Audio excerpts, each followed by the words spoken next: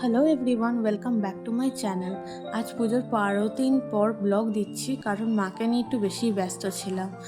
চলো পরে গল্প বলছি কেন ব্যস্ত ছিলাম। এটা পঞ্চমীর দিন আমি আর মা বেরিয়েছিলাম আমাদের এই পাড়ার কিছু ঠাকুর দেখতে। তো আমাদের এখান থেকে উদয়ন সংঘ একসময় খুব ভালো প্যান্ডেল করতো। কোভিডের টাইমে একটু তারা লো ছিল, কিন্তু এখন আবার ব্যাক টু ফিল্ড দারুণ প্যান্ডেল করেছিল। ওদের কনসেপ্টটা ছিল হলো আমরা যে আমাদের পূর্বপুরুষদের প্রতি জল অর্পণ করি সেটা নিয়ে।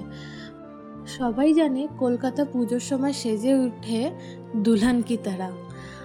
আর কলকাতার যে কালচার, যে আমাদের বেঙ্গলি কালচার, বেঙ্গলি ট্র্যাডিশন, আর বেঙ্গলিজ মানেই যে আর্টিস্ট হবে, তার একটা আলাদা কনসেপ্ট হবে, সেগুলো যেন পুজোর সময় প্রত্যেকটা গলিতে, প্রত্যেকটা পাড়ার প্যান্ডেলে, সে ছোট প্যান্ডেল হোক বা বড় প্যান্ডেল হোক, সব জায়গায় দেখা যায় যে কলকাতায় ঘরে ঘরে আর্টিস্ট আছে। আর এটা সবাই জানে, যেখানে পুরো ভারতবর্ষ, পুরো ইন্ডিয়া বলতে গেলে নবরাত্রি করে, মাকে পুজো করে, আমরাও করি, কিন্তু আমাদের পুজো স্টাইলটা একটু ডিফারেন্ট হয়।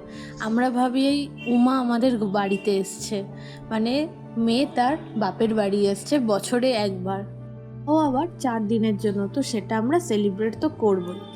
তো উদয়ন সংঘ থেকে বেরিয়ে আমি বাড়ির দিকে আসতে গেলেই অনেক কটা প্যান্ডেল পড়ে।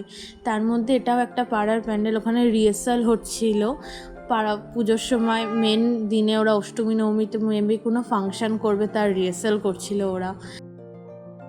পাড়ার প্যান্ডেলের একটা মজাই আলাদা, যেখানে পাড়ার সব লোক আসবে, বসে সবাই গল্প করবে, 4 দিন হৈ হৈ করে কাটবে, যেখানে ভোগ রান্না হবে অষ্টমীতে, সবাই মিলে ভোগ খাবে।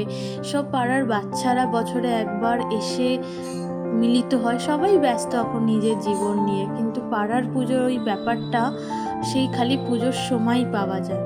আর মায়ের এই সাদা সাজ যেন চোখ যেন মুগ্ধ করে দেয়, চোখকে মুগ্ধ করে দেয়। এই ডাকের সাজটা মা থেকে চোখ ফেরানো যায় না, এত সুন্দর।